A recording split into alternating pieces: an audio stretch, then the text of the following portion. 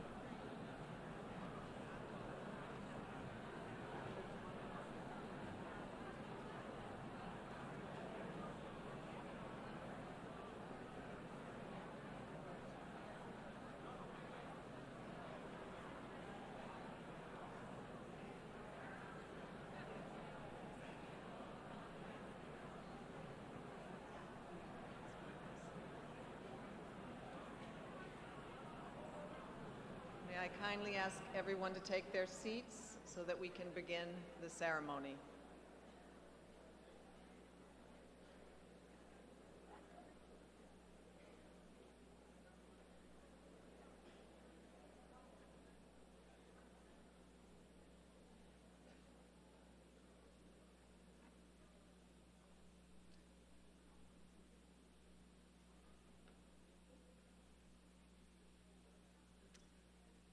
Mr. Antonio Guterres, Secretary General of the United Nations, Your Excellency, Mr. Itzhak Herzog, President of the State of Israel, Your Excellency, Mr. Philemon Young, President of the 79th Session of the General Assembly, Excellencies, Rabbi Autor Schneier, and all Holocaust survivors, Second World War veterans, friends and colleagues, it is my great honor to welcome you to the annual observance of the International Day of Commemoration in memory of the victims of the Holocaust.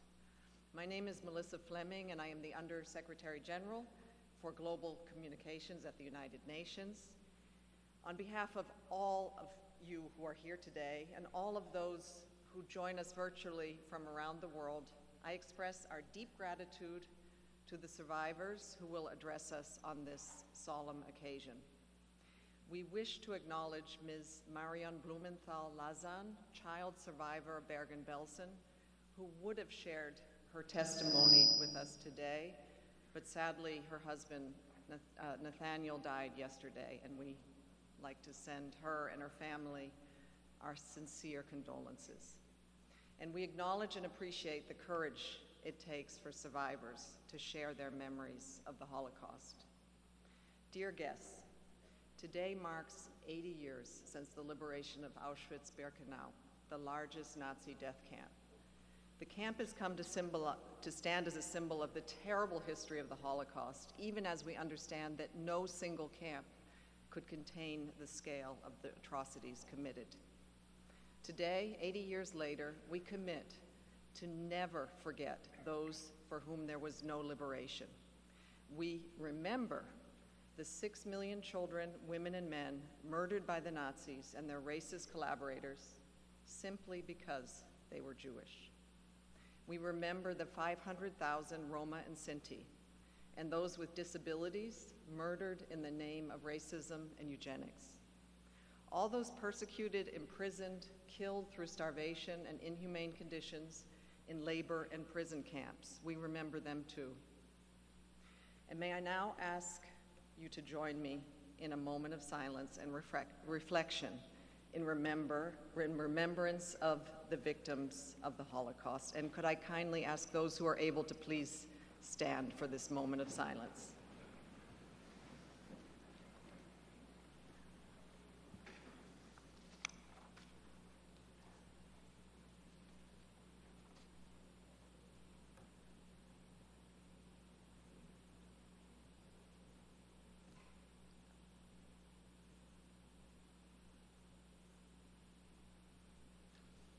Thank you. It is my honor now to welcome Mr. Antonio Guterres, the Secretary General of the United Nations, to deliver remarks.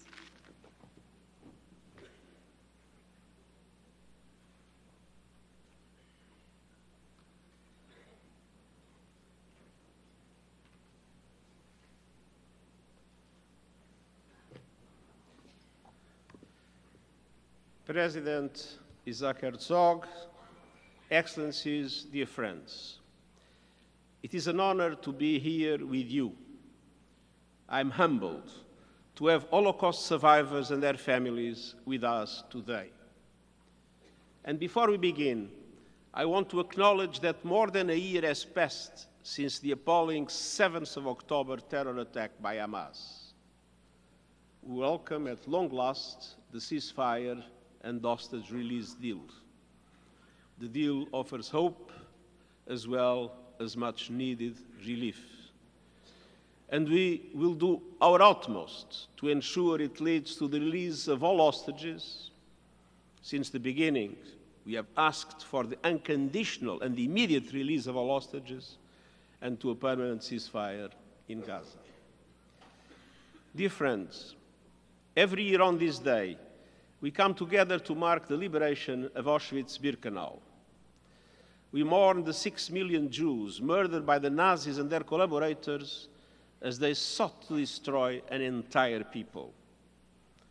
We grieve the Roma and Sinti, also targeted for genocide, the people with disabilities, LGBTIQ+ people, and all those enslaved, persecuted, tortured, and killed. We stand alongside victims, survivors, and their families, and we renew our resolve never to forget the atrocities that so outrage the conscience of humankind, and never to forget their putrid foundations, millennia of anti-Semitic hate, manifest in marginalization, discrimination, expulsions, and murder. Dear friends, this year our commemoration marks a milestone. 80 years ago, the Holocaust ended, and our efforts began to keep the terrible truth alive, building on the work of those who chronicled Nazi atrocities as they were perpetrated around them and against them. The courage of survivors in telling their stories has played an enormous role, and we are deeply grateful to them all. But the responsibility belongs to every one of us. Remembrance is not only a moral act, remembrance is a call to action. To allow the Holocaust to fade from memory would dishonor the past and betray the future. The extraordinary Auschwitz survivor Primo Levi, who bore witness to all he had seen and endured, urged us to carve the knowledge into our hearts, and we must. To know the history of the Holocaust is to know the depths to which humanity can sink. It is to understand how the Nazis were able to commit their heinous crimes with the complicity of others. And it is to comprehend our solemn duty to speak up against hate, to stand up for human rights of all, and to make those rights a reality. Dear friends, following the hell of the Holocaust, countries came together. They created the United Nations and our Charter 8 years ago, affirming the worth of every human person. They adopted the Convention on the Prevention and Punishment of the Crime of Genocide, for which we owe a debt of gratitude to the Polish Jewish lawyer Raphael Lemkin. And they established the Universal Declaration of Human Rights, the foundation of all international human rights law. As one of the drafters, Lebanese diplomat and intellectual Charles Malik said, the declaration was, and I quote, inspired by opposition to the barbarous doctrines of Nazism and fascism, end of quote. The dignity of every member of our human family is enshrined in that document, which draws from traditions around the world. It is a pure expression of our shared humanity. And in dark times, it remains a shining light. Dear friends, today our world is fractured and dangerous. 80 years since the Holocaust end, anti-Semitism is still with us, fueled by the same lies and loathing that made the Nazi genocide possible. And it is rising. Discrimination is rife. Hatred is being stirred up across the globe. One of the clearest and most troubling examples is the spreading cancer of Holocaust denial. Undisputable historical facts are being distorted, diminished, and dismissed. And efforts are being made to recast and rehabilitate Nazis and their collaborators. We must stand up to these outrages. We must promote education, combat lies, and speak the truth. And we must condemn anti-Semitism wherever and whenever it appears. And we must condemn all forms of racism, prejudice, and religious bigotry which we see proliferating today. Because we know these evils wither our morality, corrode our compassion, and seek to blind us to suffering, opening the door to atrocities. The United Nations has long worked to combat anti-Semitism through a wide range of activities, including our Holocaust outreach programs. And we recently launched our action plan on anti-Semitism, recommending the ways the United Nations system can further enhance those efforts. In these days of division, it is all the more important that we hold fast to our common humanity and renew our resolve to defend the dignity and human rights of all. Every one of us has a duty. The history of the Holocaust shows us what can happen when people choose not to see and not to act. And the Universal Declaration of Human Rights prescribes that every individual and every organ of society shall strive by teaching and education to promote respect for these rights and freedoms. Each of us must answer the call, denounce lies, resist hate, and ensure our common humanity overcomes division. These causes are at the very core of the United Nations. We will never forget, and we will never waver in that fight. Thank you.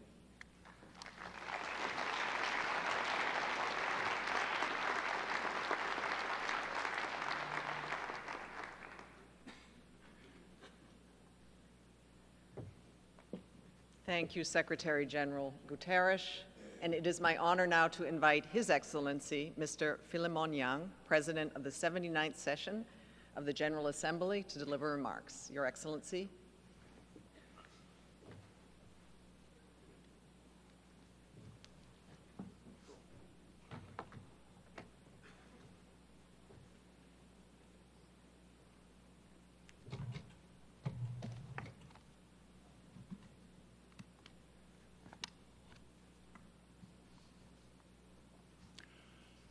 Your Excellency, Isaac Herzog, President of the State of Israel, Mr. Secretary General of the United Nations, Excellencies, ladies and gentlemen, I welcome all of you to this occasion.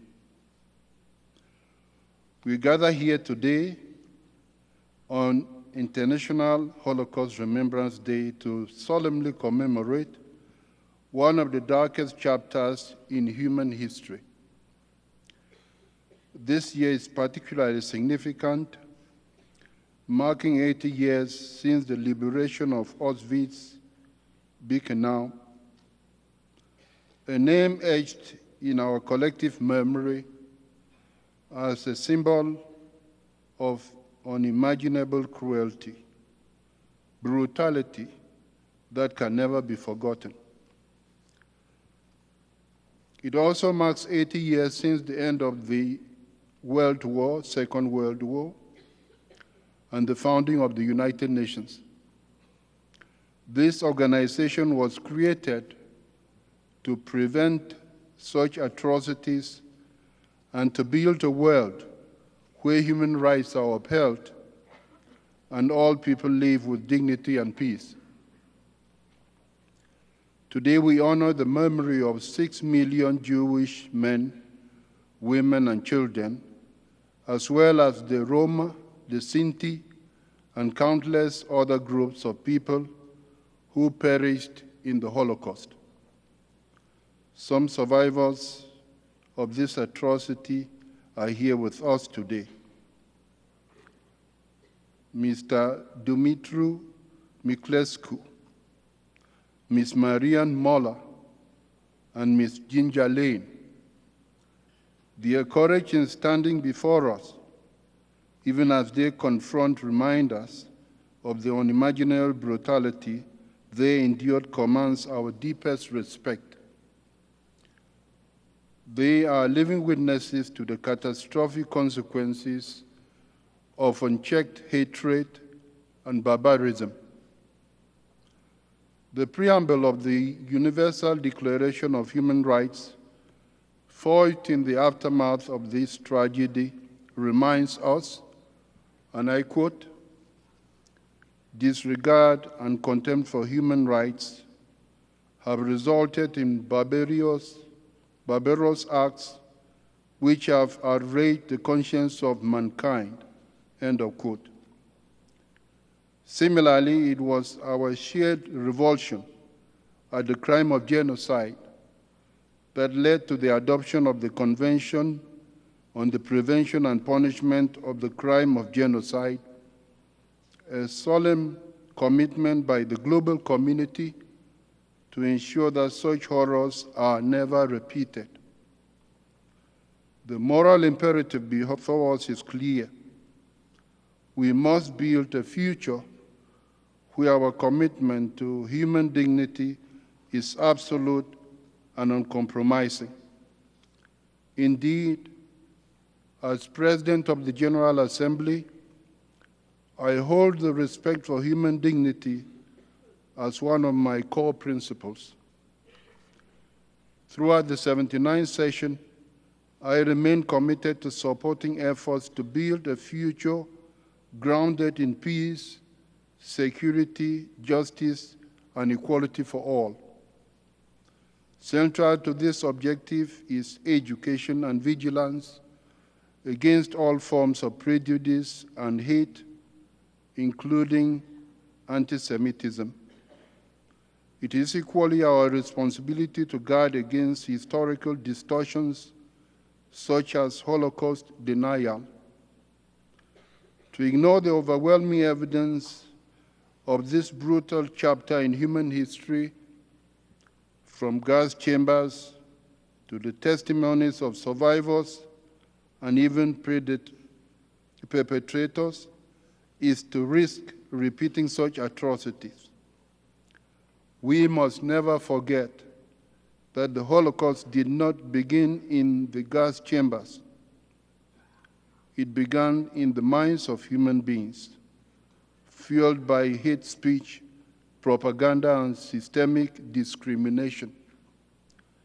It was the devastating result of allowing hatred and dehumanization to take root, fueled by indifference and apathy.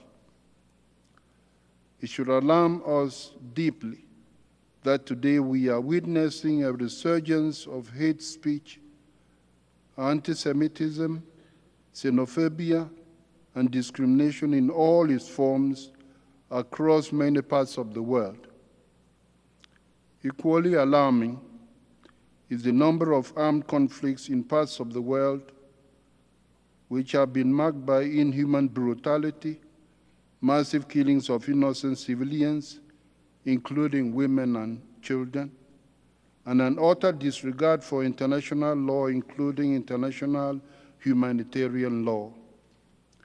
Such practices in war should not be tolerated and are warning signs that we are treading a dark and familiar path, the very path we swore to abandon with the solemn promise of never again. Never again. I reiterate that education and raising awareness about these atrocities remains our most powerful instrument against the tide of hatred. By fostering education, raising awareness, and promoting critical thinking and empathy, we equip future generations to recognize and reject the seeds of intolerance before they take root. The survivors of the Holocaust, with their courage and willingness to recount the unimaginable suffering they endured, play an indispensable role in this effort. In fact, no person can conquer the human spirit. Survivors remind us not only of the horrors they experienced, but also of the resilience of the human spirit and the importance of preserving memory as a shield against future crimes and genocides. We all share a global responsibility to build a culture of peace, tolerance, respect, and mutual understanding. In memory of those who perished and in honor of those who survived, we must commit ourselves to creating a world where human dignity is cherished, a world where equality and justice prevail, and where the lessons of the past guide us toward a brighter, freer, and more just future for all. I thank you.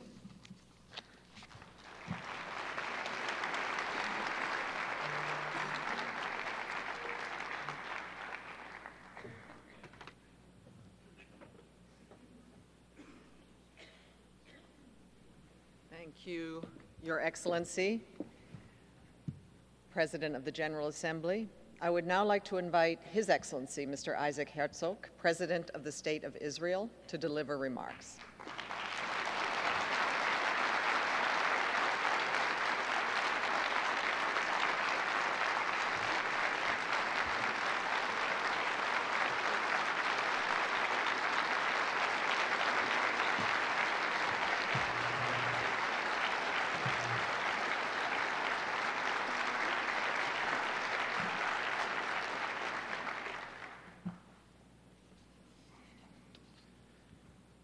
Near my heart, I wear a yellow pin, a pin that symbolizes anticipation, hope, and a resounding cry for all humanity. Bring back our tortured children and elderly, our women and men from the tunnels of terror in Gaza home to Israel. We call it the hostages pin.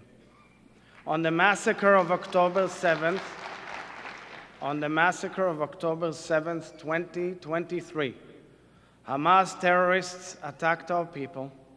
They murdered, raped, and mutilated women, tortured, beheaded, and burnt innocent people and entire families, and kidnapped hundreds of them, men, women, and children.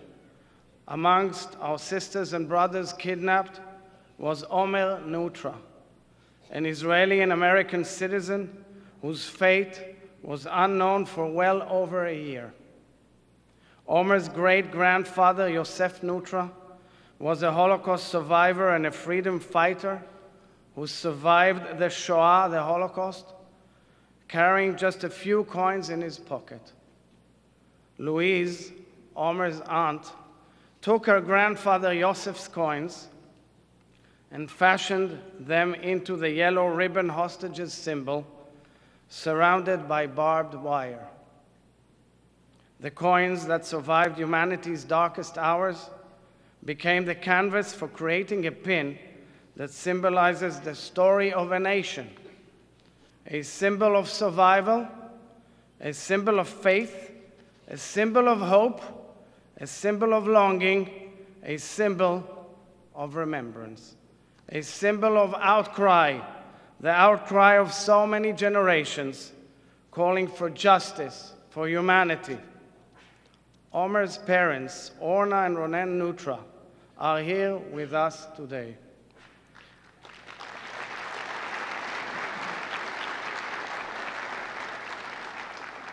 Like Ronen, Orna also comes from a family of Holocaust survivors. Her father, Simcha, is a living testimony to this day. For over 400 days, Ronen wore the pin on his lapel, hoping and praying for his son's return. A few weeks ago, the Nutra family received the devastating news. Captain Omer Nutra fell heroically in the Battle of October 7th. His body is being held by murderous terrorists in Gaza. I stand before you as president of a nation that is determined and proud, and yet anguished and incomplete. Although the Israeli people have been overcome with emotion, seeing 7 of our daughters at last emerge heroically from hell, still 90 Israelis and foreign nationals remain in Hamas captivity. We are anxiously waiting 6 more to be freed this week and awaiting all others.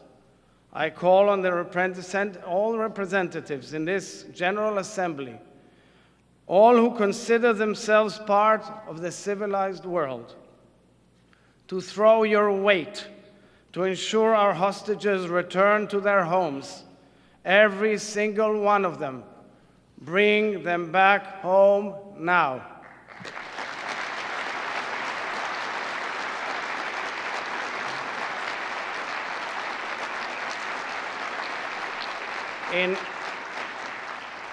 In one of the darkest days of the Holocaust, November 3rd, 1943, Rabbi Clonimus Kalman Shapira, the Rebbe of Piasetzno, was murdered by the Nazis in the massacre known as the Aktion Ernteffest.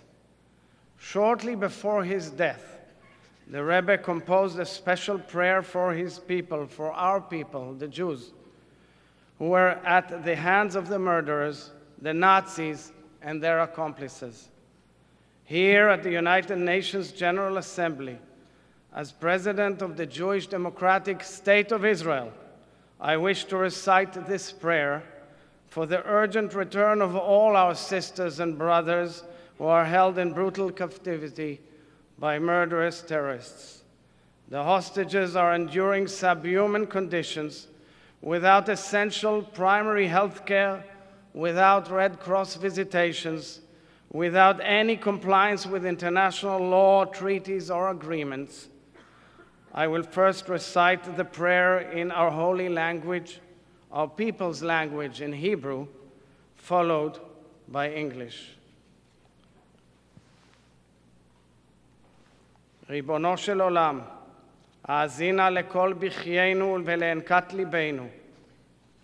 ראה את צערנו ועוניינו, והושיענו ממצוקתנו הגדולה.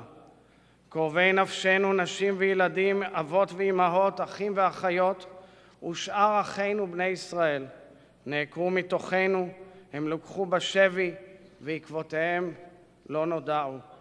היה נא אתה, אל שדי, מגינם של כל השבויים, שמור עליהם מכל צרה וצוקה, תן להם כוח לעמוד בעינויים, ואמצא להם חיות, למען יזכו לשוב אל משפחותיהם. Amen. God Almighty, listen to the voice of our weeping and the sigh of our hearts.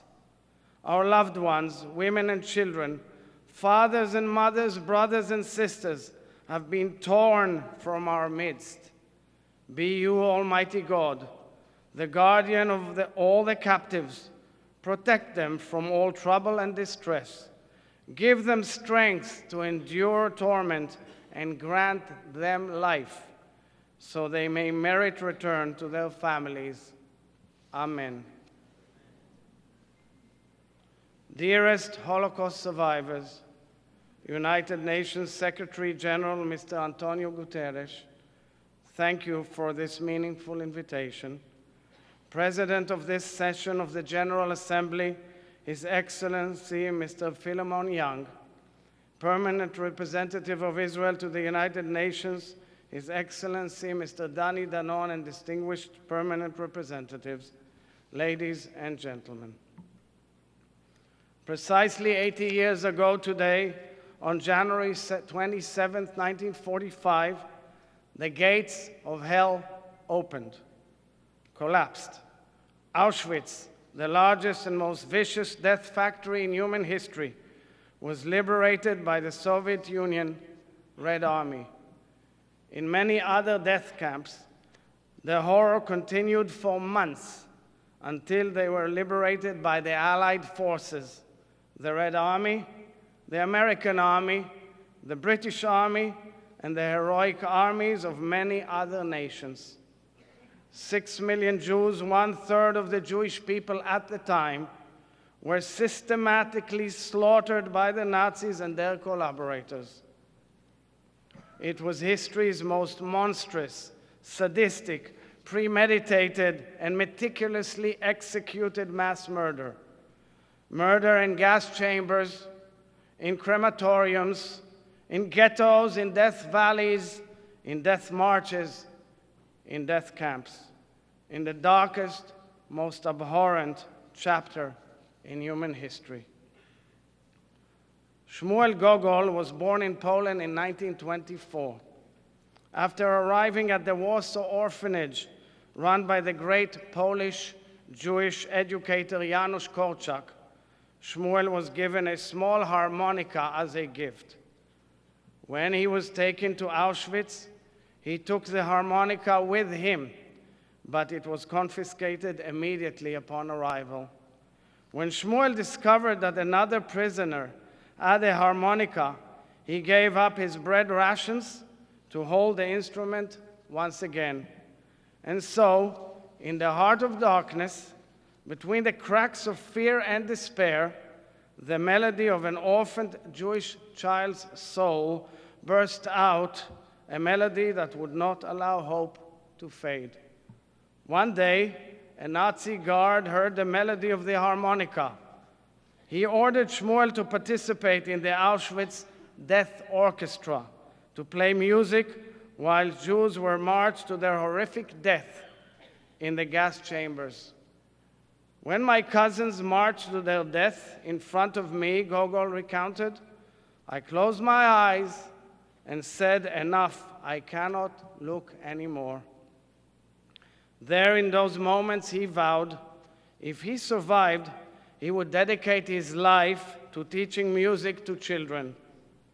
From the darkest and cruelest of hours emerged a message of hope and determination to revive the melody of life. Shmuel immigrated to Israel and taught harmonica for many years. He returned to Auschwitz in 1990 on an emotional journey alongside pupils from the harmonica orchestra he established in Israel and played there for the first time with his eyes open. There is a well-known Hebrew phrase, את המנגינה הזאת אי אפשר להפסיק. This melody cannot be stopped.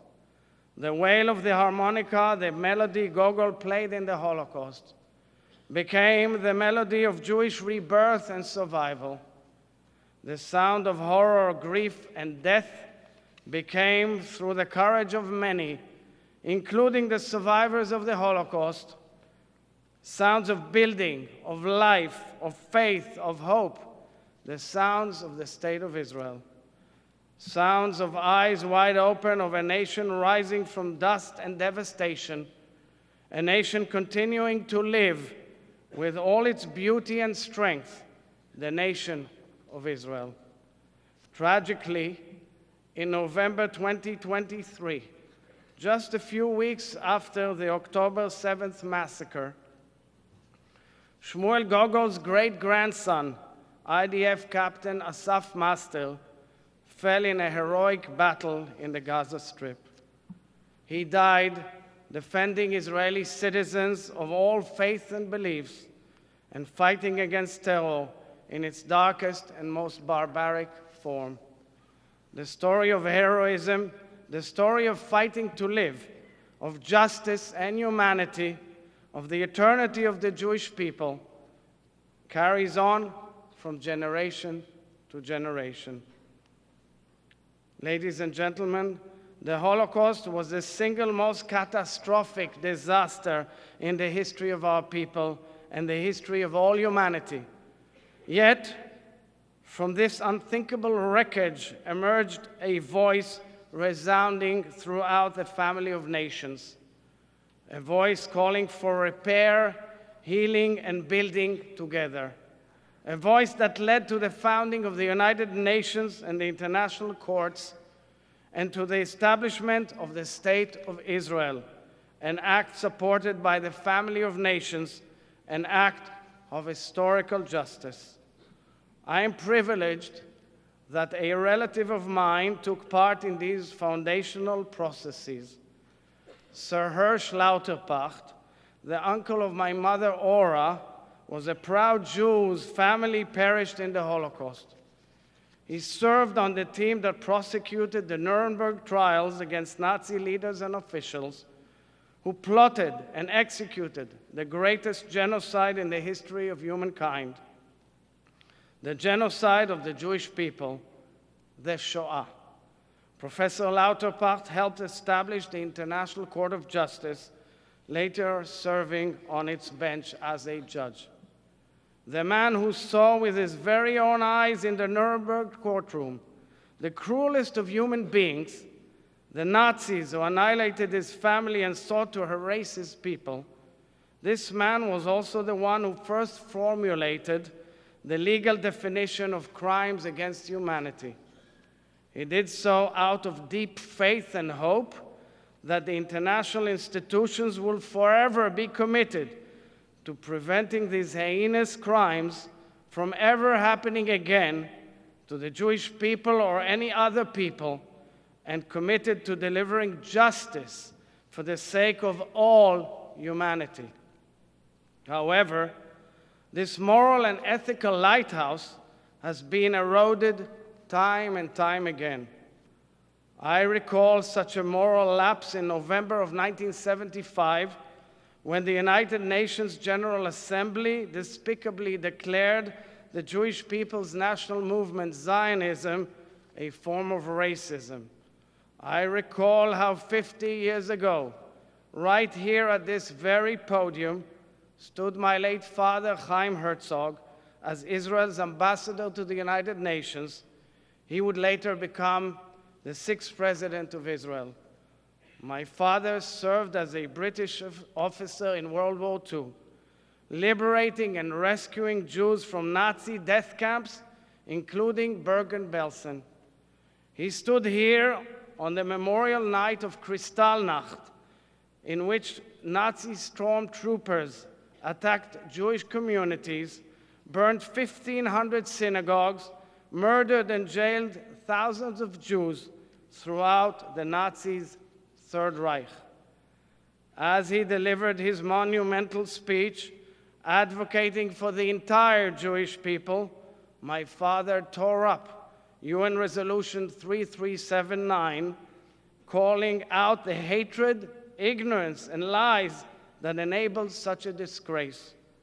It took 16 years for this assembly to revoke that shameful resolution.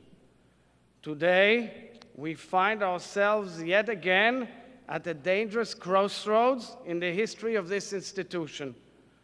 Rather than fulfilling its purpose and fighting courageously against a global epidemic of jihadist, murderous, and abhorrent terror, time and again this assembly has exhibited more bankruptcy. International forums and institutions such as the International Criminal Court opt for outrageous hypocrisy and protection of the perpetrators of the atrocities. They blur the distinction.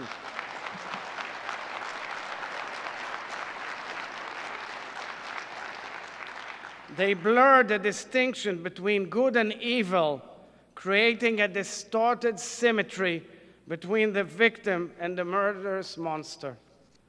I ask you, how is this possible? How is it possible that international institutions, which began as an anti-Nazi alliance, are allowing anti-Semitic genocidal doctrines to flourish uninterrupted in the wake of the largest massacre of Jews since World War II? How is it possible that the moral compass of so many in the family of nations has become so disoriented that they no longer recognize the clear truth that just as terrorists use civilians as human shields, they also weaponize the international institutions, undermining the most basic fundamental reason for their establishment? How is it possible that the same institutions established in the wake of the greatest genocide in history, the Holocaust, are manipulating the definition of genocide for the sole purpose of attacking Israel and the Jewish people, doing so by embracing the despicable phenomena of Holocaust inversion? I want to be clear. We know for a fact, based on evidence, that the October 7th terrorists drew inspiration from Hitler and the Nazis and acted with all their cruelty to destroy our nation of Israel and its citizens. But the issue, ladies and gentlemen, is much deeper and reaches far beyond the October 7th massacre. We have all witnessed a huge volcano of anti-Semitism erupt following the massacre. This alarming reality was also reflected in the important report the United Nations just published about anti-Semitism. This is an urgent wake-up call to all humanity. Anti-Semitism, savagery, cruelty, and racism are still thriving on our planet. They are thriving because far too many states represented here Do not confront them. Do not unanimously condemn them. Do not fight against them. Even more outrageous is a UN member state, Iran, explicitly scheming and acting to destroy a fellow UN member state, the State of Israel. Iran's fanatical leadership turned its country into a hub of anti-Semitism, hatred, and terror. It is developing weapons of mass destruction aimed at annihilating the only and one and only national home of the Jewish people, born out of the ashes of the Holocaust. The world cannot continue turning a blind eye to the global threat posed by Iran, both directly and through its proxies, and to the danger represented by jihadist terrorism.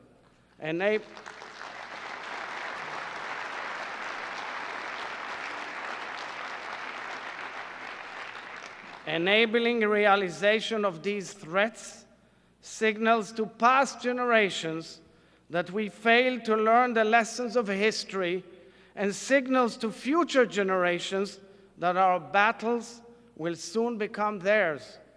This is a moment of truth for us all. We either bow our heads or unite and take action to halt the danger. Now we must, all of us, fight together, shoulder to shoulder and with all our might, against anti-Semitism, terror, and hatred. We must fight against the misuse of international institutions as a vehicle, threatening the very existence and right to self-defense of the nation-state of the Jewish people, the State of Israel. Under no circumstances will we accept, ever, any challenge to the Jewish people's legitimate right to self-determination in our land, in the State of Israel.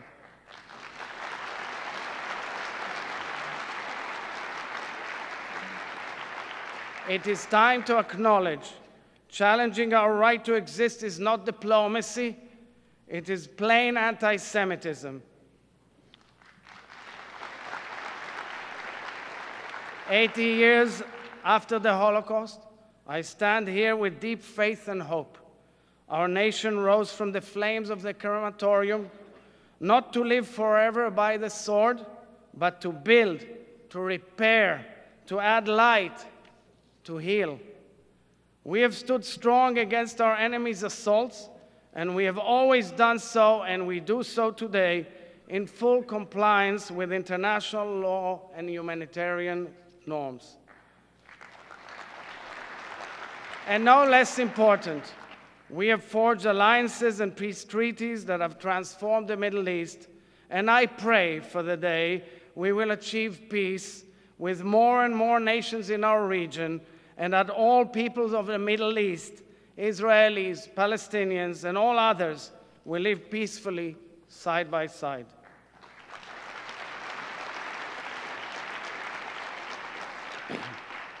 From the ashes of Auschwitz, we built a resilient, diverse, democratic society composed of a magnificent mosaic of Jews, Muslims, Christians, Druze, and Circassians, and peoples of many faiths and lifestyles. And we have contributed to humanity in countless fields. In Israel's declaration of independence, along with extending our hands for peace, we have committed our nation to the values of liberty, equality, and justice in faithful adherence to the principle of the Charter of the United Nations. This is because we believe in the power of partnership, particularly partnership between nations and peoples, to heal and build, a partnership which we belong to by merit and not by anyone's grace. On this historic day, we must commit to joining hands to defeat darkness and hatred and work together to ensure building of a shared future. This is the vow we must share, all of us, the family of nations, that what happened once will never happen again.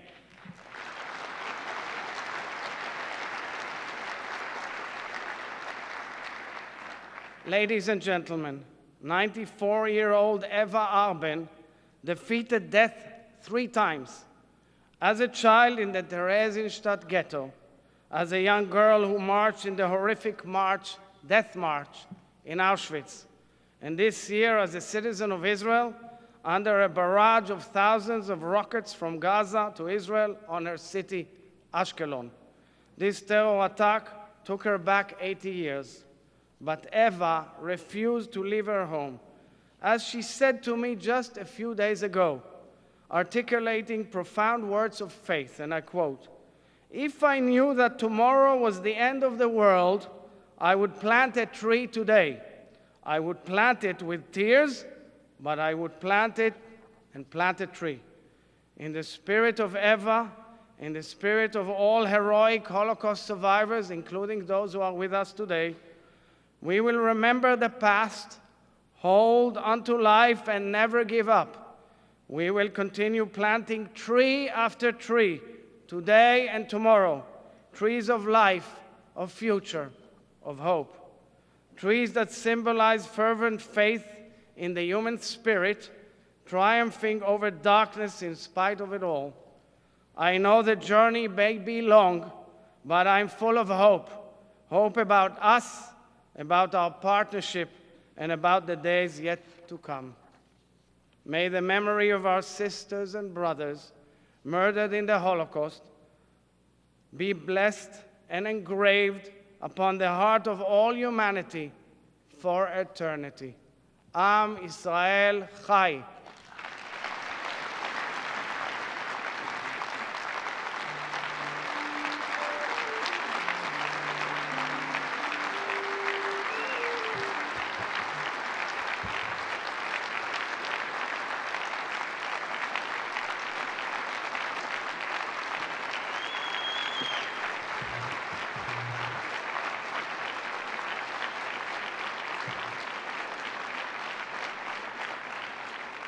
Thank you, Mr. President. I would now like to invite Her Excellency, Ambassador Dorothy Shea, Charge d'Affaires ad interim of the United States to the United Nations, to deliver her remarks.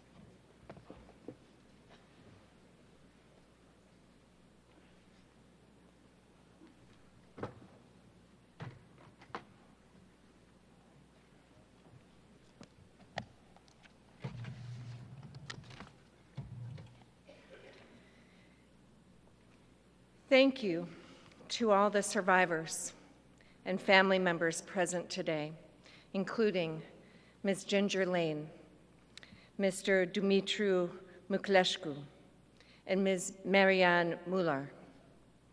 It is a true privilege to be here with you. Thank you for sharing your stories of persecution, but also of perseverance. It's one thing to read about the Holocaust in a book. It's another thing to hear about it from someone who lived it. That human connection really makes a difference. It deepens our understanding of the darkest moments in human history on a personal level. And it strengthens our resolve to live up to the sacred promise, never again. So thank you all.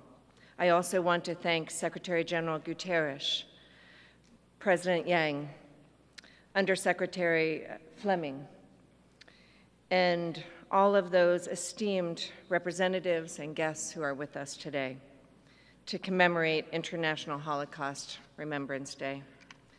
The theme of this gathering, Holocaust Remembrance for Dignity and Human Rights, serves as a reminder of how hatred, dehumanization, and apathy can lead to genocide. And it underscores the importance of calls for collective action to prevent the spread of hatred and denial of the Holocaust.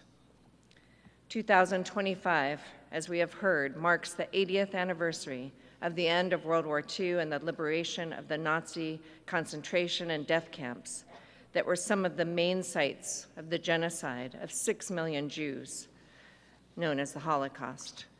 The United Nations General Assembly designated January 27th the anniversary of the liberation of Auschwitz-Birkenau in 1945 as International Holocaust Remembrance Day, a time to remember the 6 million Jewish victims of the Holocaust and the millions of other victims of Nazi persecution. We are here today to recognize the importance of commemorating this day and the extraordinary courage of the victims and survivors of the Holocaust. For survivors of the Holocaust, returning to a dignified life was vital. Every day we have a moral obligation to honor that struggle, to honor the victims, learn from the survivors, and carry forth the lessons of the century's most heinous crime. We are continually and painfully reminded that hate doesn't go away. It only hides. And it falls to each of us to speak out against the resurgence of anti-Semitism and ensure that bigotry and hate receive no safe harbor. At home and around the world, we must promote dignity and human rights in the face of the continuing scourge of anti-Semitism. Unfortunately, despite these efforts, today we see the rise of anti-Semitism and other forms of hatred globally. Holocaust denial and distortion are also on the rise. They are a form of anti-Semitism and are often coupled with xenophobia. History shows, as hatred directed at Jews rises, violence and attacks on the foundations of democracy are not far behind. It is vital that we confront this problem at this moment. The Anti-Defamation League, ADL, recently released Global 100 survey highlights, which highlight significant trends and areas of concern regarding anti-Semitic attributes worldwide. It was conducted in 103 countries and territories. According to this survey, 46% of adults harbor elevated levels of anti-Semitic sentiment. This represents an estimated 2.2 billion people worldwide, marking the highest level since the ADL began tracking these trends over a decade ago. The data also highlights a troubling increase in anti-Semitic attitudes among younger demographics, with significant implications for future societal dynamics. Holocaust distortion is now 13 percentage points more prevalent than Holocaust denialism. Although the survey has no specific data on the exact cause of this, ADL experts believe that social media and new malicious variations of mis- and disinformation are playing a major role in Holocaust distortion. Despite these alarming statistics, the results also show global acknowledgement of anti-Semitism as a pressing issue, with the majority recognizing it as a serious problem. This presents a crucial opportunity for governmental action and policy intervention to combat these biases effectively. We urge the endorsement and implementation of the global guidelines for countering anti-Semitism, already embraced by scores of nations and organizations, as an essential step toward mitigating the scourge of global anti-Semitism. The United States also embraces the International Holocaust Remembrance Alliance's working definition of anti-Semitism, inclusive of its examples. As a founding member of the 35-member International Holocaust Remembrance Alliance, we encourage the IHRA's recommendations for teaching and learning about the Holocaust. The challenge now lies in putting these guidelines into practice. The UN must demonstrate its full commitment to its human rights mandate and take concrete steps that will lead to tangible progress.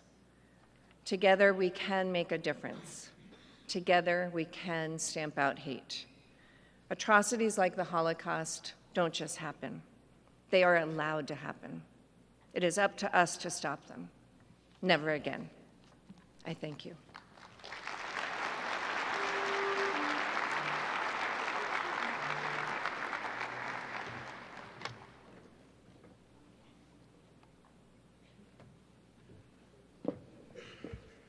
Thank you, Ambassador Shea. Dear friends, how do the children and grandchildren of survivors respond to the legacy of the Holocaust? Noor Ben Shalom, a third-generation survivor, founded the project Lebensmelodien, or Life Melodies, in response to a letter from his great aunt, Salomea Oxluft. She was a Jewish pianist, and she wrote to her family shortly before she was deported in 1943. In her letter, Salomea described the terrible persecution of the Jews. Knowing that she would not survive the Holocaust, she begged her relatives to avenge her death. Nur ben Shalom struggled to respond to this plea. Then he realized he could honor Salomea's call as a musician. He would make known the music that gave comfort to Jewish people in the face of approaching death. The Lebensmelodien Project ensemble comprises renowned classical musicians. A well-known actor is invited to narrate the story of each piece. And today we're pleased to have the award-winning actor, Ms. Tova Feldschuh, join the Lebensmelodien Project ensemble as the narrator. We invite her now to open the first presentation by the Lebensmelodien Project ensemble, Chad Gadya, composed by Shmuel Blas. Thank you, Ms. Feldschuh, and the Lebensmelodien Project.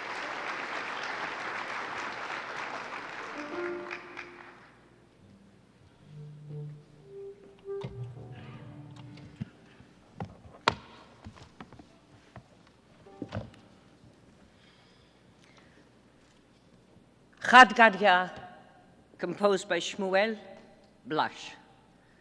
Shmuel Blas served as the chief cantor of the great Eger Synagogue in Eger, Hungary. He and his wife, Rivka Blas, were known for their warm hospitality, welcoming travelers of all backgrounds, regardless of color or religion, to their Shabbat table. But even the city's bishop was a regular guest and often requested that Shmuel compose musical pieces for his church services at the Basilica of Eger. When the Nazis occupied Hungary, they desecrated the Eger synagogue, converting it into a horse stable. The Blas family was forcibly sent to the ghetto and later deported to Auschwitz-Birkenau on June the 8th, 1944. From their large and their close-knit family, only 5 of their children survived the Holocaust and later immigrated to the United States of America and to Israel, and happily, many of them are here today. During the war, Shmuel Blas was drafted into the Hungarian labor service, and at the same time, a young man in his 30s, Shmuel Lazarovich, was also drafted into the Hungarian labor service. And these 2 men ended up working side by side. Shmuel Blas taught his new friend, Lazarovich, an original composition of his, a Hungarian version of the song, Chad Gadya, Chad Gadya, a famous tune from the Haggadah sung at the Passover Seder. One of these 2 Shmuels jotted down the melodic line on a piece of paper, thereby preserving Blas's melody. When Lazarovich briefly returned to his village of Hedges on leave, he left the page in a side cabinet in his home. In March of 1944, the German army invaded Hungary, and many Hungarian Jews, of course, perished, including Shmuel Blas. Lazarovich himself was deported to Dachau. But in 1945, after the war, Lazarovich returned to Hedges, where the villagers joyfully welcomed him. He rushed to discover the fate of his home. The wooden cabinet in which he had left various ritual objects had remained intact, and also in that cabinet was a Passover Haggadah with a yellowed piece of paper inserted humbly between its pages. It was the Hungarian version of Chad Gadya, composed by his friend Shmuel Blas.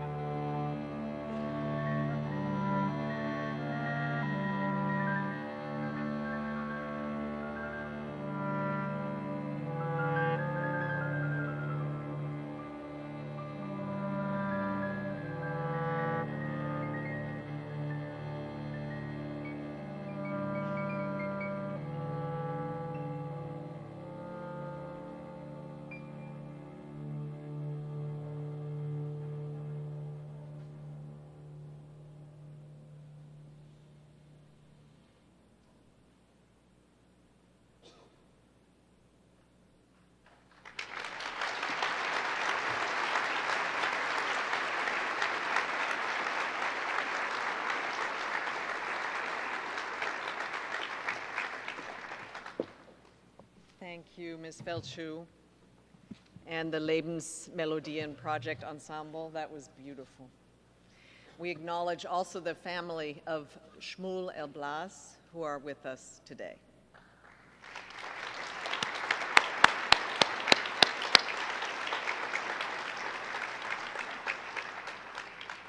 Dear friends, the Roma suffered greatly during the Holocaust. The Nazis murdered a quarter of Europe's Roma and Sinti population. The same prejudice that fueled the Nazis' discrimination and violence persisted after the Holocaust ended, and shamefully, it took decades before the devastating impact of Nazi rule on the Roma communities was officially recognized.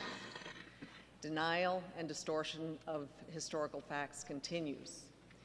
Listening to the stories of survivors counters this, and we're honored to invite Mr. Dumitru Mucleșcu, who, at the age of 91, has flown from Bucharest, Hungary, to be with us today. He is supported by his great niece, Ms. Isabel Taibiraj. Thank you very much, Mr. Mucleșcu.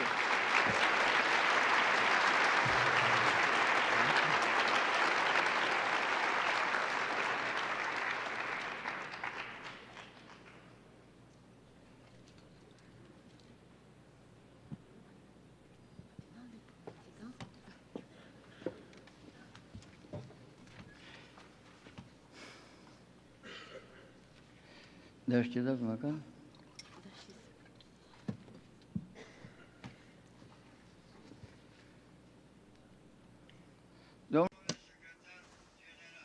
Mr. Secretary General, Your Excellencies, ladies and gentlemen, it is a great honor to stand before you today.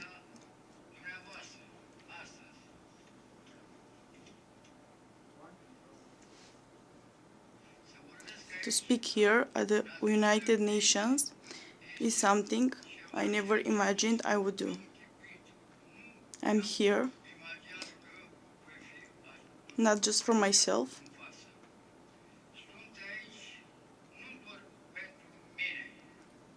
but for all the Roma who suffered during the Holocaust and did not have the chance to be heard.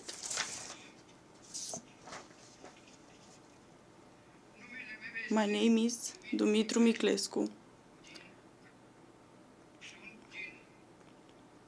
I am from Romania, from the city of Craiova. I am Roma and I am a survivor of the terror camps in Transnistria.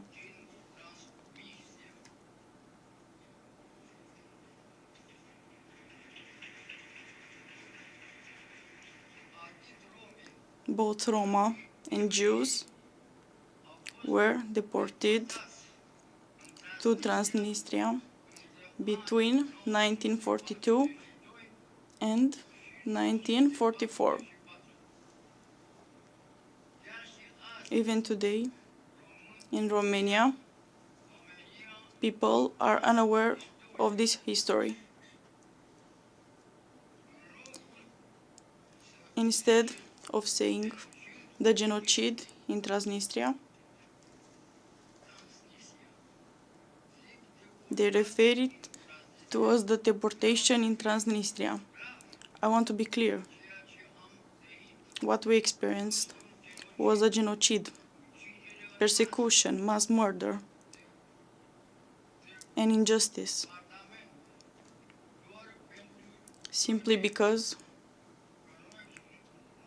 we were born Roma or Jewish.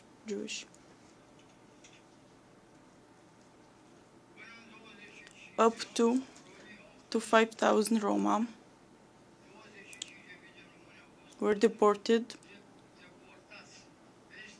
and more than 11,000 were killed. I was born in March 1934, as my mother told me.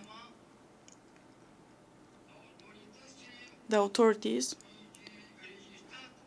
did not register my birth until 1938, when they gathered our names to prepare for the deportations.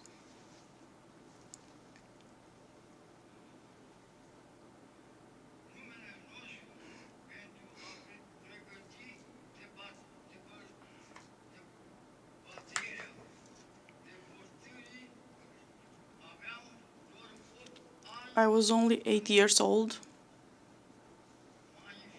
when my family and I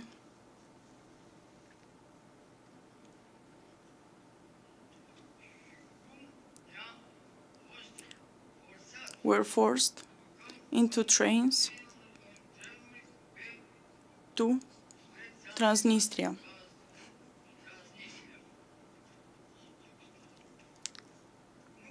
I will never forget those moments when we were guaranteed into the trains. Many people died on the trains before we even arrived.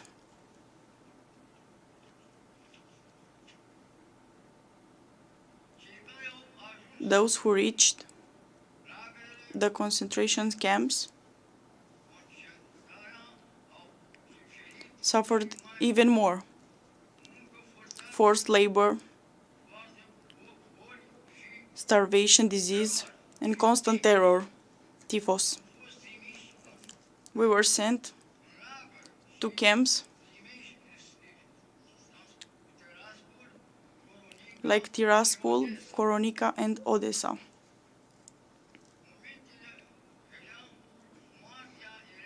Death was a daily presence.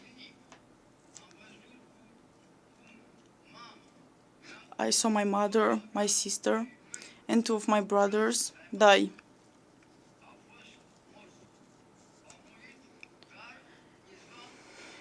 Only a few of us returned home, and when we did,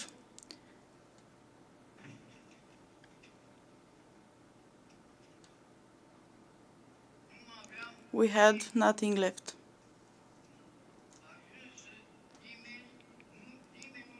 No one helped us return or recover. No one acknowledged our suffering, our homes, our land, our dignity. Everything was taken from us.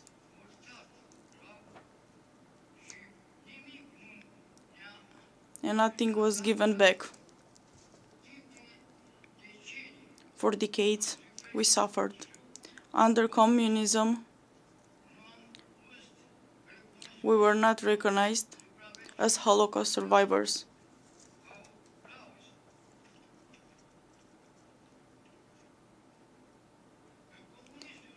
Under communism and after communism, Roma continued to suffer violence and injustice. In 1992, many Roma from Romania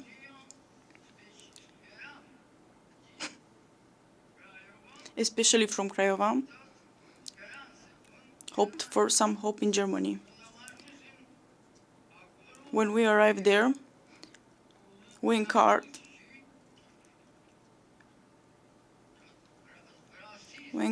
hate and racism. In Rostock, we were attacked.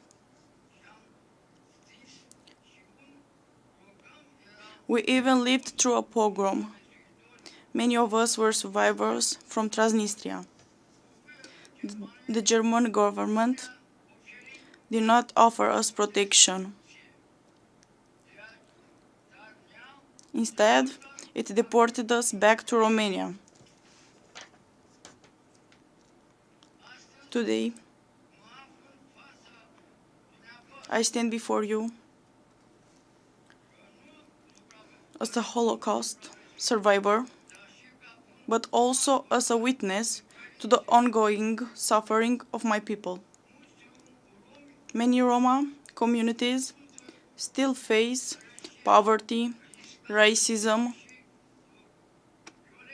and violence. I'm here today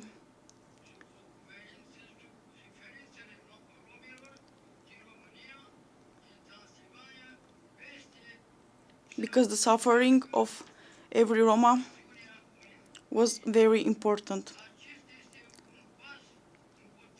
This is a step, an important step toward recognizing our history.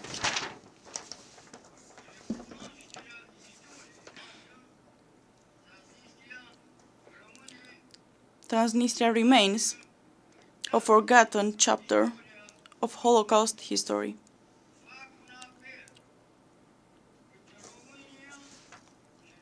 I call on Romania and all countries to include the history of the Roma as a part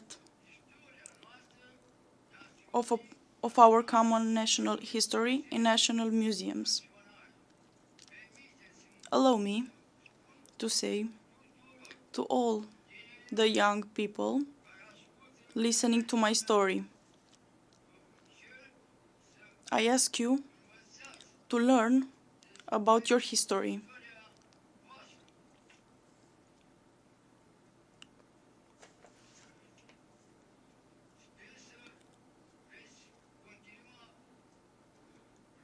I hope you will build a world without racism.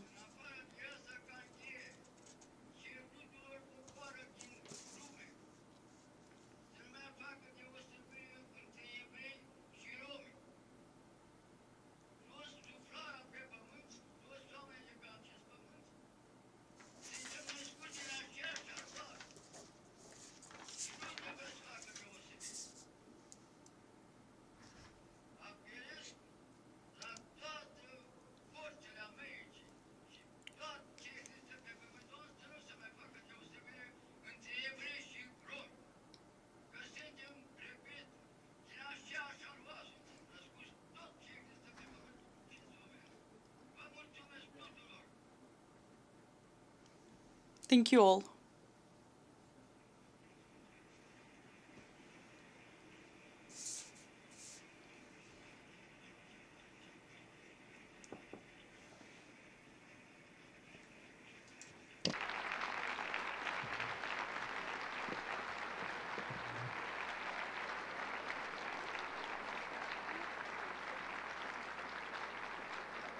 Thank you very much, Mr.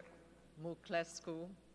We're deeply grateful for you for your tireless efforts to have your history recognized, your fight against racism, and to bring an end to anti-Roma prejudice.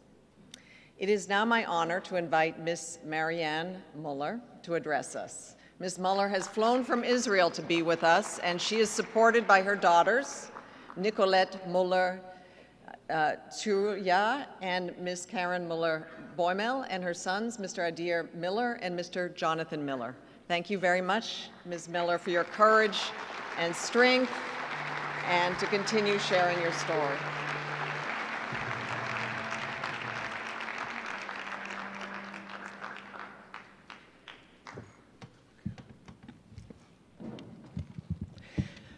Good morning. My name is Marianne Miller, and I am a Holocaust survivor. I was born into the Holocaust. I was just a baby, but I can still say in first name, I have been there. It didn't happen in the dark Middle Ages. It happened only 80 years ago. 1944, Budapest. A long march of mothers with their babies in their arms in a freezing cold night in December. My mother is in this march with me in her arms. And then she did something with a sudden movement. She tore off the yellow star, ran out of the line, and found a shelter under a gate. She saw that nobody had seen her, but a young Nazi ran after her, pointed his gun at her chest. Did you run out of the line? This march was meant to be the railway station, destination Auschwitz. Now I am going to kill your baby, and then you will join the line again. There was no point to ask for mercy. These people didn't have one cell of humanity left in them. All my mother had was a gold wedding ring, so thin it had no value. They didn't take it away from her. She said, with fire in her eyes, like she wanted to hypnotize this young Nazi, "Look, you can have all the jewelry in the world, diamond, gold, silver, but you murder people and take them away. Take this ring. It is shining. It is for the life of a mother and her baby. Take it. You will need it. The day of judgment will come. You will be asked, where did you get all this jewelry, diamond, gold, and you will have to answer, I murdered people and took them away. Take this ring. It is shining. There is no blood on this ring, only blessing. Take it. Nobody saw me, only you. Take the thing." The young Nazi was turning the ring around his fingers. Maybe that in that moment, he was attached to the one cell of humanity and mercy. And in that moment, my mother ran away with me in the darkness. He didn't run after her. She went through many, many things like that. I was crying when I was afraid of the bombs flying around me.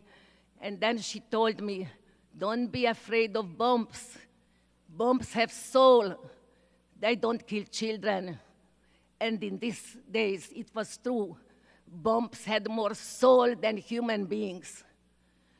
One day, this is the only episode I just would say, she had to cross a bridge. And if a single woman crossed this bridge, she would be asked for certificates, which she didn't have, would mean to kill her right on the spot. She was standing 3 hours to wait to look for good eyes. 3 hours she had to wait. And then she met someone she thought she found the good eyes. She asked him, may I put my arm in yours and cross the bridge with my child? And the man with the good eyes said, put your arm in mine. They crossed the bridge. She said, thank you. And he told her, take care of yourself. All our lives, we always are looking for good eyes. They should be more than one person. My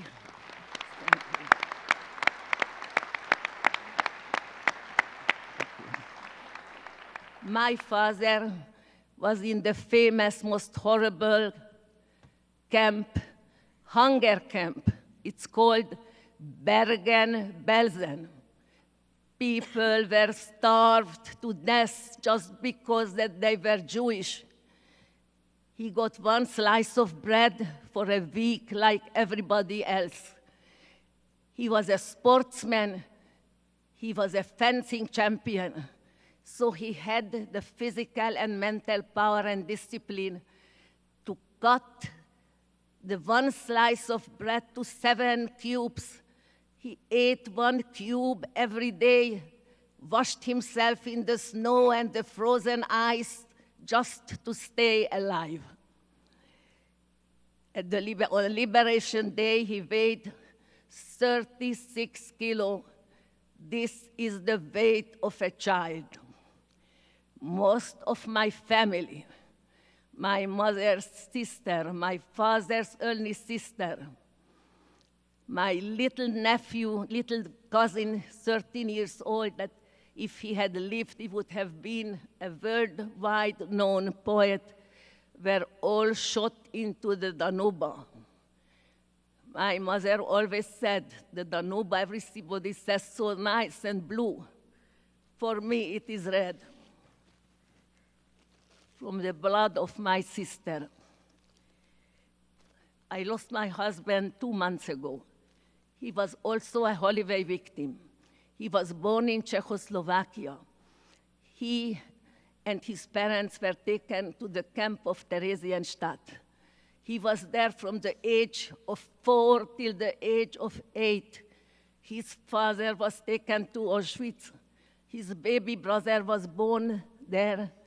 And when liberation came, 10,000 children were in Theresienstadt. From the 10,000, only 100 stayed alive. 2 of them were my husband and his brother. And at the age of 8, he had to become a little father to his brother. Last April, I was deeply honored. I was chosen to open the March of Life in Auschwitz. I went there with my children and grandchildren. I was deeply shocked. I couldn't sleep for weeks to see there the mountains of shoes, the mountains of human hair, the mountains of eyeglasses. 6 million people. I don't need to say one more word, no story, just 6 million people that were brutally tortured, beaten up, killed, just because they were Jewish, just because they were born Jewish. All of them and each of them had a life. Each of them had a family. Each of them had a story. Each of them had a dream. I couldn't sleep for weeks because I never forgot these pictures of the mountains of shoes, eyeglasses, of hair that became from people. I came here accompanied by my 4 children and my grandchildren. For me, this is my personal answer to Hitler. I lost my father at relevantly young because he got an illness in Bergen-Belsen, but my mother stayed with us. The heroine helped me to raise my children, and when she died, we were all around her, and I felt that God sent a beautiful carriage in the colors of pink, white, blue, and silver, with 6 white horses that they took her to heaven. And she's there to guard us because mothers don't leave. They just change address. And I want to say a message to the world. I came here with a long flight to represent the 6 million people that they don't have a voice and don't have a life. And also, I may represent a very weak sector of society. They are getting sicker, more ill, more weak. The remaining Holocaust survivors that are dying out day by day. And I again say, the most horrible thing in the Holocaust is that it didn't happen in the Middle Ages, but happened only 8 years ago, and people are still alive to tell and witness. The story was true. This unbelievable story was true. I have a message, and that's why I came. I want to tell the world that God has created mankind not to hate, but to love. Rule the world with love and not hate. Hatred is terrible, and find the goodness, find the good eyes. You can always change the world for a better one. And I want to ask forgiveness of the 6 million that can't be here, and remember all of us that this thing should never, never happen again, because God didn't create us to hate. Mankind has been given only a few decades, a few times 10 years to live. Don't waste it on hatred. Help other people, if I may say, to the world with good eyes and good heart, who have heart and children. Help us to bring our hostages back. Please do it. And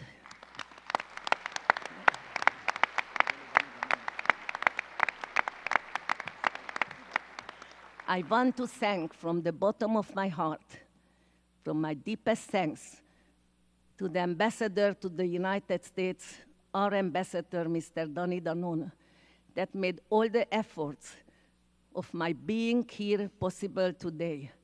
And I want to express all my love and gratitude to our beloved president, Mr. Isaac Herzog, and the First Lady, his wonderful wife.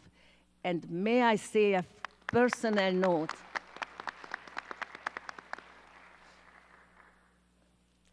Personal note, my mother helped to raise my children, and I loved her so much that she lived as a queen. Not economically, but in the love she got. My son has become a very famous comedian and film producer. And just now, he made a movie to the memory of his grandmother, and the movie is called The Ring, also the memory to remind the people the Holocaust. And the end of the movie ends, he as a child embraces his grandmother, and it says, to the memory of my beloved grandmother, Mrs. Violetta Nobel. And here I want to tell you, thanks to the United Nations and its secretary, thanks to you that you remember and keep this day so holy every day, every year, the liberation of the camp of Auschwitz, November 27.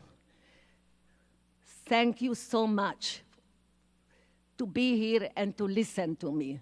Thank you.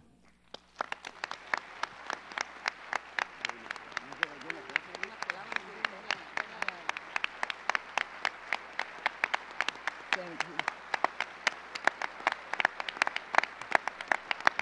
Thank you. Thank you.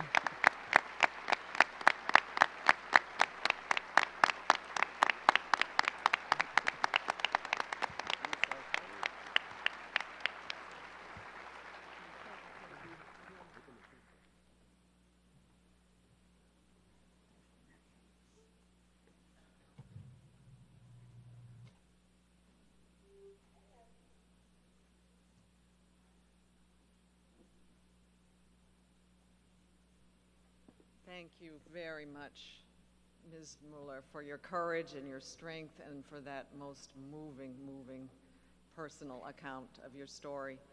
I would now like to call on Ms. Feldschuh to introduce the Lebensmelodien Project Ensemble's presentation of Old Wisnitzer Kniegion of Ya Ribbon Olam. Thank you very much.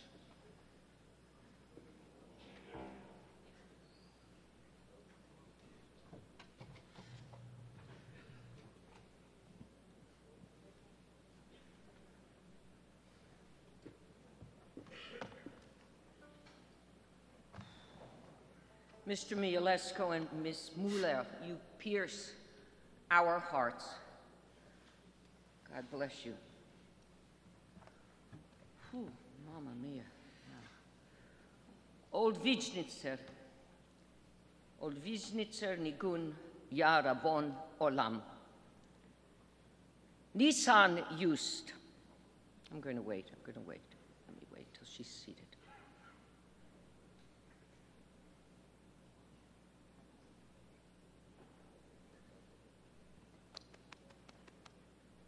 Thank you, Toda Rabba.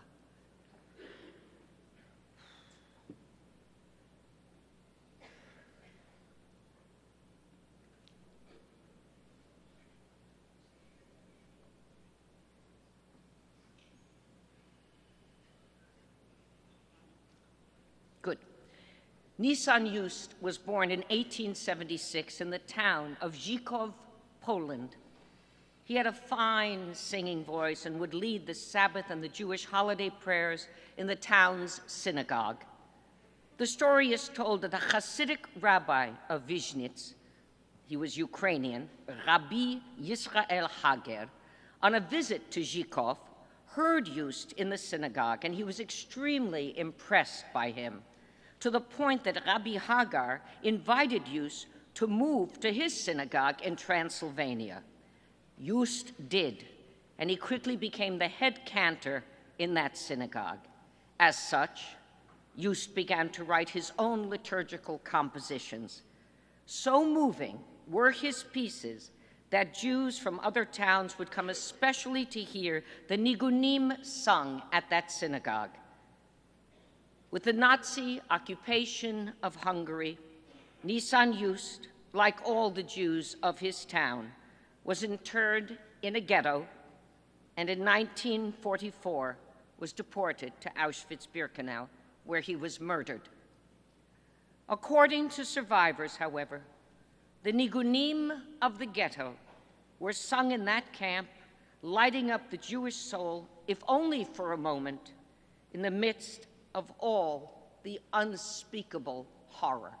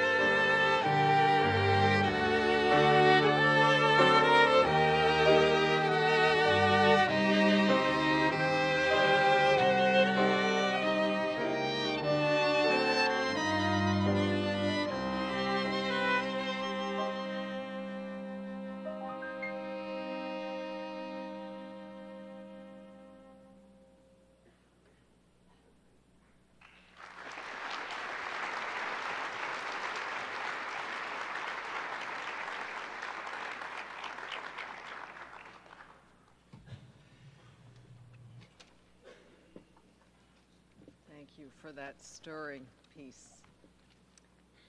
We are deeply mindful of the historic significance of the date of 27 January 1945. Soviet forces liberated the camps of Auschwitz, Auschwitz II-Birkenau, and Buna Monowitz. The events of the day continue to resonate over time.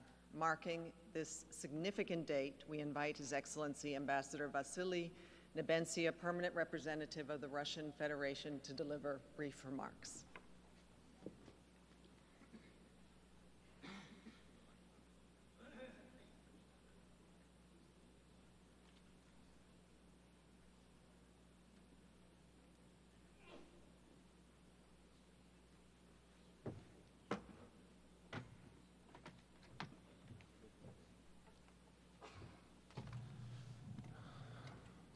I will speak in Russian. Those of you who need translation, please use your earphones. The English channel is one. Уважаемые, dear former prisoners of concentration camps and all of the Holocaust survivors,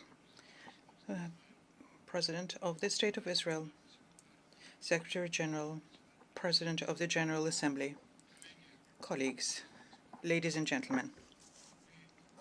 We have gathered here today to commemorate, to remember one of the most horrific crimes committed in the history of mankind, the Holocaust, the extermination of Jews on the basis of their ethnicity was the result of the Nazi ideology of racial superiority. And this ideology stems from inhuman colonial practices and then takes them to terrifying completion. We commemorate the victims of the Holocaust today on the 27th of January, on the day when the largest death camp, Auschwitz-Birkenau, Oświęcim in Polish, where at least 1 million Jews had been exterminated, was liberated by the Red Army, which played a key role in stopping the relentless machine of human annihilation. In this death camp, prisoners, including newborn children, were exterminated in gas chambers using the Cyclone B gas, the gas which had first been tested on Soviet prisoners of war. In the Auschwitz camp system, however, people were not only slaughtered, they were commercially exploited, and not just by the Nazis, who extracted gold teeth and cut the hair of their victims, but also by large German companies. For example, Auschwitz III camp was essentially a branch of the chemical conglomerate IG Farben. No aviation or artillery was used to liberate the camp. 231 Soviet rank-and-file soldiers and officers gave their lives for the freedom of the Auschwitz prisoners. The soldiers were accompanied by Soviet doctors who had experience in treating the emaciated by hunger people from the besieged Leningrad. And it is today, on the 27th of January, is the date when you remember the 81st anniversary of the lifting of the siege of Leningrad. More than 4,500 prisoners of Auschwitz in the very first hours and days of their liberation were given medical assistance, and this included Otto Frank, the father of the famous Anne Frank. A cavalier of 2 orders of the Red Star and a medical service sergeant, Maria Karakosova, recalled that the eyes of the emaciated people with blackened skin shone with happiness because they saw that their liberation had come and they were finally free. A platoon commander, Lieutenant Vasily Gromadsky, recalled that the liberated prisoners cried and hugged us and told us that millions of people had been exterminated here. He wrote, "I still recall that they told us that 12 railroad cars filled with baby strollers alone were sent from Auschwitz, and they showed us the crematorium chimney and said that people were burned there." Eva Moses Kor, a Romanian Jew who survived experiments in the Auschwitz concentration camp, in her autobiographical book called Surviving the Angels of Death described the Liberation Days as follows. On the morning of January 27th, for the first time in many weeks, it was completely silent. We hoped that this was the liberation we had hoped for, but we had no idea what it would mean for us. Then, at around 3 or 4 p.m., a woman ran out to the front of the barracks and started screaming, "We're free, we're free, we're free." We are free? What did she mean? We wondered. We all ran to the doorway, and I stood at the top step, and huge snowflakes were falling on me. I could not see anything beyond a few feet in front of me. The snow had fallen all day, and the dirty gray of Auschwitz was now covered in a white blanket of snow. "Don't you see something's coming?" asked one of the older girls. And then I saw them. About 20 feet away from us, we saw Soviet soldiers emerging through the snow, approaching us in almost completely snow-covered uniforms. And they silently waded through the crispy snow towards us. As they came closer, they looked at us like they were smiling. Were those smirks or smiles? I tried to find out, then peered closely and saw that they were indeed smiling with real smiles. Joy and hope then welled up inside of us. We were finally safe and we were free. Crying and laughing, we ran up to the soldiers, hugging them. A shout rose from the crowd, "We are free, we are free." There was laughter mixed in with tears, and this was a sound of celebration. The soldiers themselves could not hold back the tears and laughter and hold us back. They gave us cookies and chocolates, and these were the most delicious cookies and chocolates in the world, and that became for us the taste of freedom. End of quote. And I am certain that children who took the sweets then from the hands of Soviet soldiers could not imagine that a few decades later the decisive role of the Soviet army in the victory over Nazism and in putting an end to the Holocaust would start to be questioned. That the country where Auschwitz was located would demolish monuments to the soldiers and officers of the Red Army who liberated that country and the death camp. That representatives of the state that brought liberation from the Nazi death machine would not today be invited to the commemoration events in the former camp. Auschwitz prisoners could not have imagined either that Nazism and neo-Nazism would begin to rear its ugly head in many parts of the world, as was pointed out correctly so by the Secretary General of the United Nations. Nor could they see that the days of liberation from Nazi troops would be declared days of mourning, that monuments and streets would appear named after Waffen SS veterans, that neo-Nazi marches would be held, and that the veterans of the anti-Hitler coalition would be forbidden to wear their decoration and insignia. And this is why we annually submit to the General Assembly a resolution on combating the glorification of Nazism. The memory of all the victims of Nazism, including Jews, at least half of whom were citizens of the Soviet Union, is sacred for us. And this is why we are convinced that it is our common duty to preserve the truth about the Holocaust and other crimes of the Nazis and their accomplices, particularly the genocide of the peoples of the Soviet Union.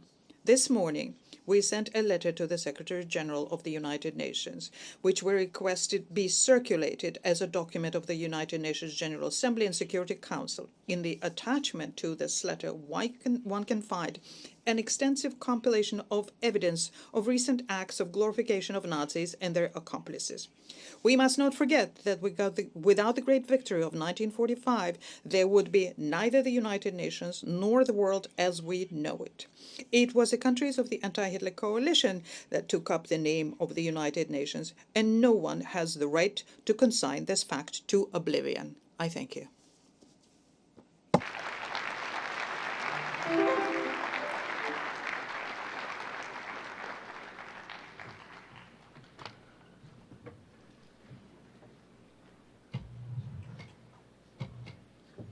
Thank you, Ambassador Nemencia. Dear friends, the Holocaust devastated communities across Europe and had a profound impact. We now call on His Excellency Ambassador Stavros Lambrinidis, Head of Delegation of the European Union to the United Nations, to deliver remarks.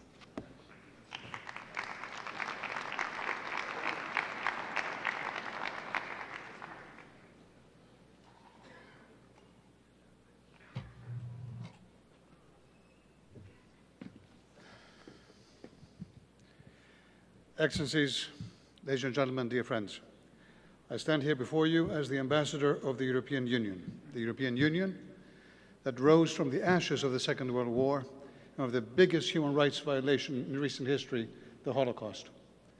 By choosing to unite at the heels of that horror, we pledged above all else never to allow ourselves either the desire or the means to ever again perpetrate such atrocities.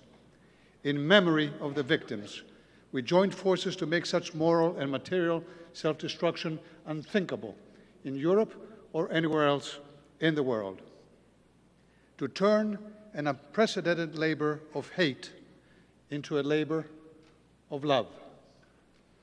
Even today, 80 years to the day since its liberation, the name Auschwitz-Birkenau is shorthand for one of the darkest periods of human history, a monument to that hate. On behalf of the European Union, I honor the survivors we heard from today.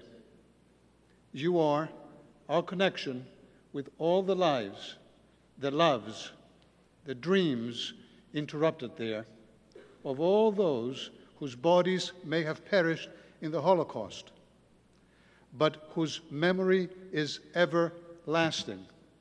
Jewish people in the millions, but also all others vilified and murdered simply because of who they were or what they believed in.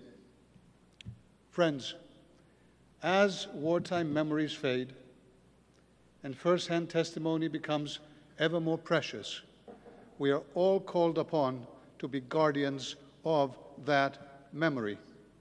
This means standing together against Holocaust denial, disinformation, conspiracy theories, distorted versions of history, including modern history, and above all, the repeat of such violence, such aggression, such inhumanity, such lawlessness in our world today.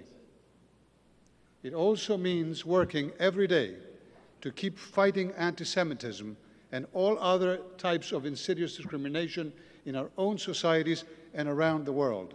This collective memory should be a spur to action to defend those universal human rights in their entirety as our shared inheritance. Because one big lesson of the Holocaust is that silence is complicity, and it is also dangerous for each and every one of us. We are all expendable when it comes to the whims of authoritarianism. In the words of Pastor Niemöller, then they came for the trade unionists, and I did not speak out because I was not a trade unionist. Then they came for the Jews, and I did not speak out because I was not a Jew. Then they came for me, and there was no one left to speak out for me. The great Nelson Mandela put it differently, but no less powerfully. No one is born hating one another, he said. People must learn to hate.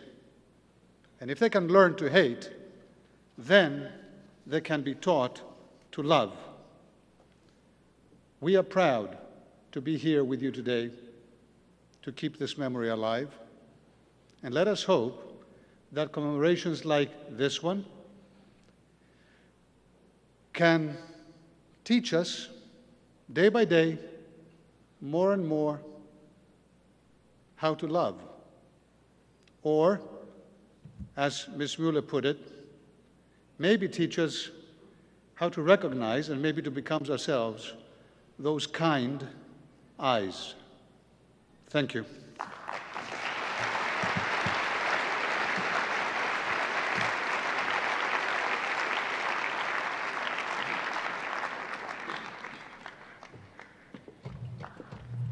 Thank you, Ambassador Lambrinidis. And I now call on Mr. Antonio Guterres, the United Nations Secretary General, His Excellency Mr. Philemon Yang, President of the 79th Session of the General Assembly, His Excellency Mr. Isaac Herzog, President of the State of Israel, Miss Ginger Lane and her daughter, Ms. Beth Lane, Ms. Marianne Muller and her son, Jonathan Muller, as well as Mr. Dumitru Muclescu and his great niece, Isabel Tiber Reich, to lead us in the lighting of the memorial candles. As the memorial candles are lit, we invite you to light the small candle that you have in front of you. Thank you.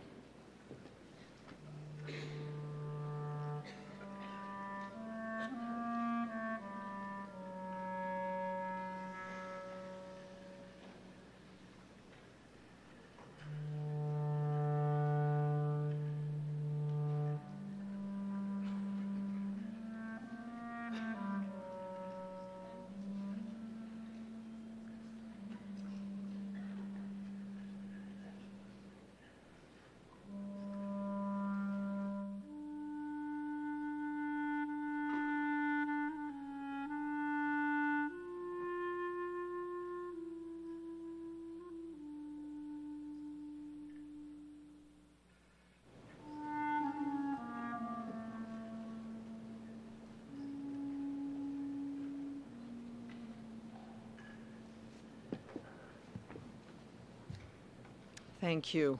I will now ask our guests to kindly make their way back to their seats.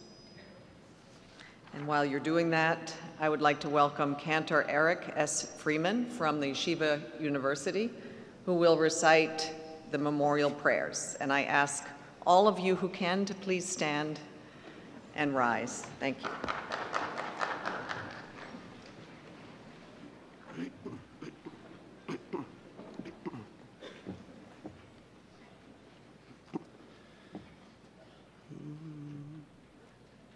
El Molei Rachamim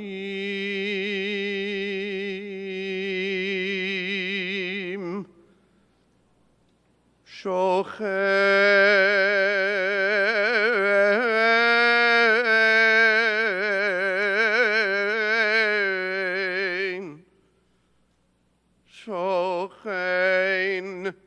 Pameromim Hamitzei Minuchanechana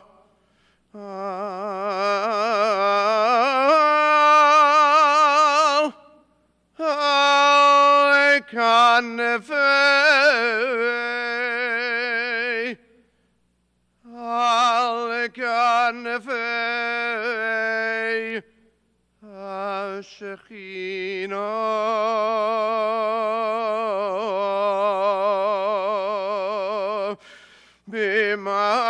Bimalos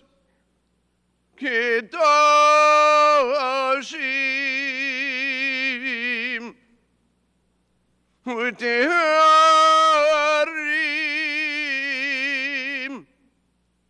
Kizahar Harakia Mazirim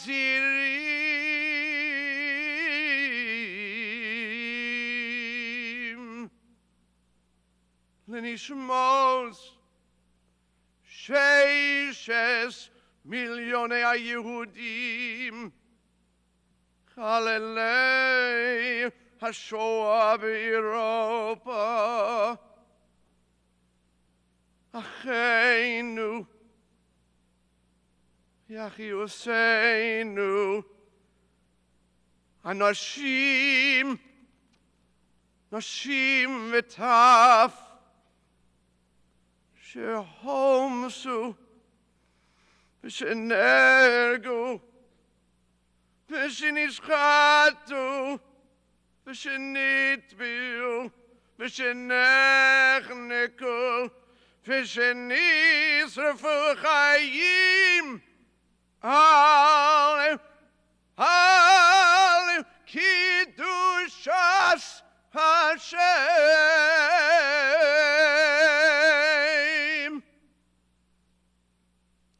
Auschwitz, Birkenau, Majdanek,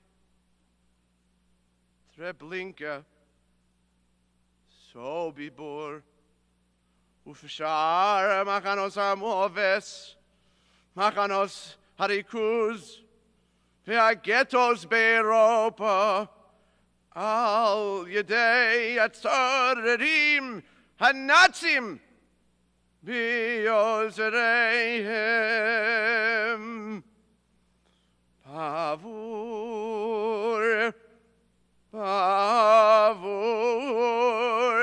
Shekol Amayehudi, Miumo Solam, Mizbalen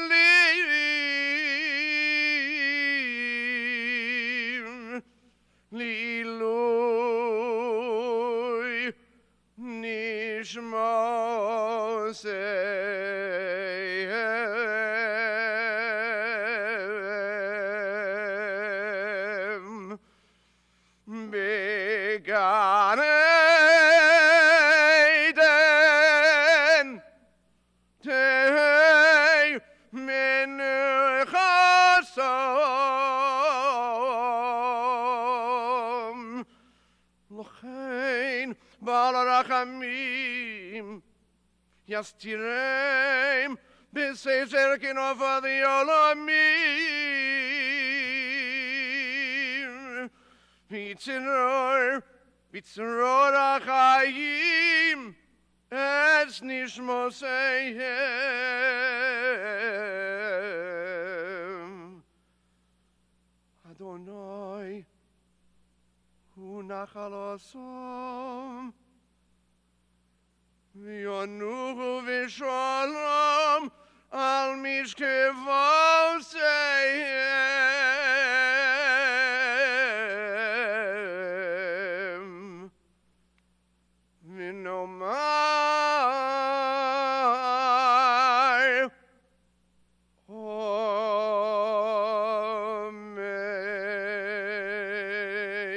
Amen.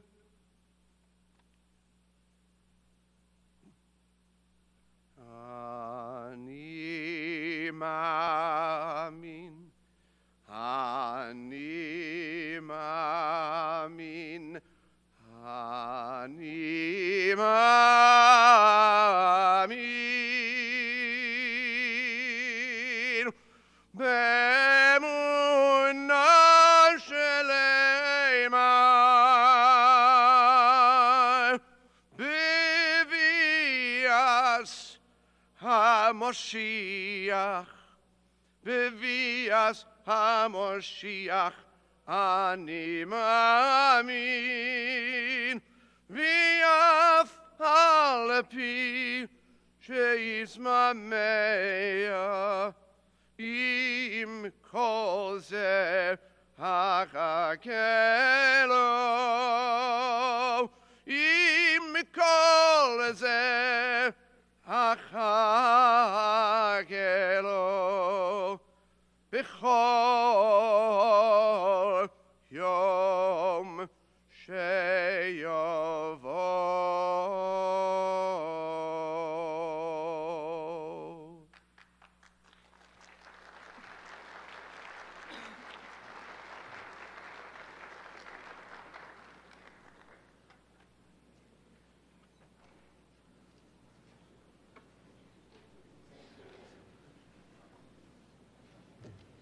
Thank you, Cantor Freeman. And as we come to the close of our observance today, we turn one last time to Ms. Feldschuh, the Lebensmelodien Project Ensemble for the last dance.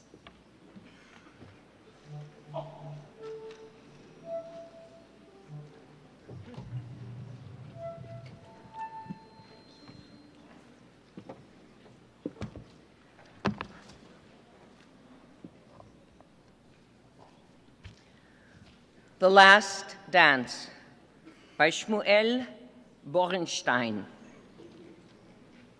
It is my final stop, Auschwitz.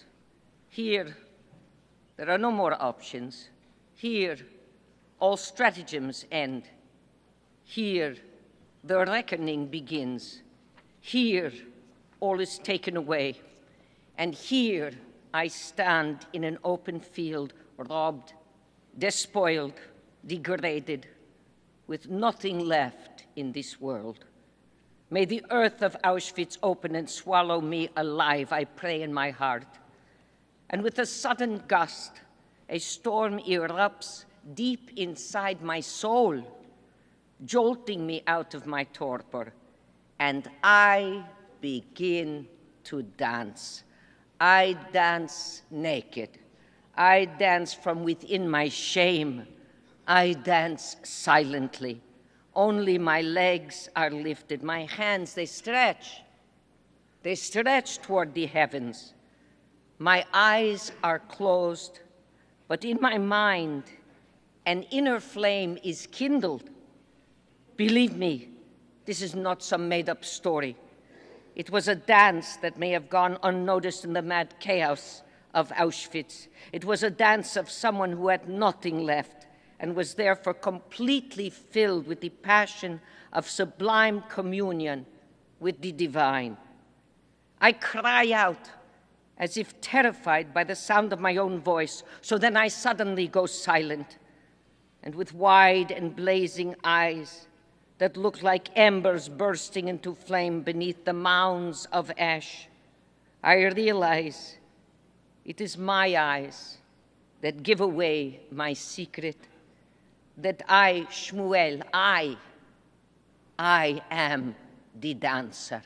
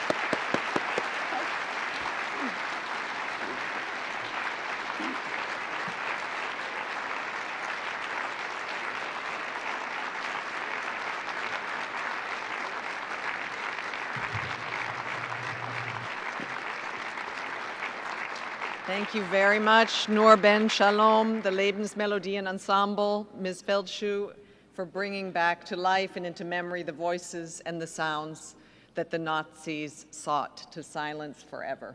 Thank you. Friends, much has changed in the last 80 years, and much sadly remains the same. We have not yet defeated prejudice, while hatred and war continue to scar and maim and kill. And we stand in the shadow of ongoing suffering, death, and destruction across the globe. So today and every day, we ask ourselves, and particularly after a ceremony like this, what can we do? What remains is the imperative to remember the history, to keep the voices and the memories alive. And we hope that we have done that with dignity in this ceremony. We will end our observance with a pledge to those who were murdered and those who survived to continue to tell the history. We will never forget. We will remember, and we will work together and do all that we can to build a world that is just, in which all live in peace and in dignity. Thank you for joining us today. May I please kindly ask you to remain in your seats until the dignitaries and the survivors have left the hall. Thank you so much for joining us, and be well.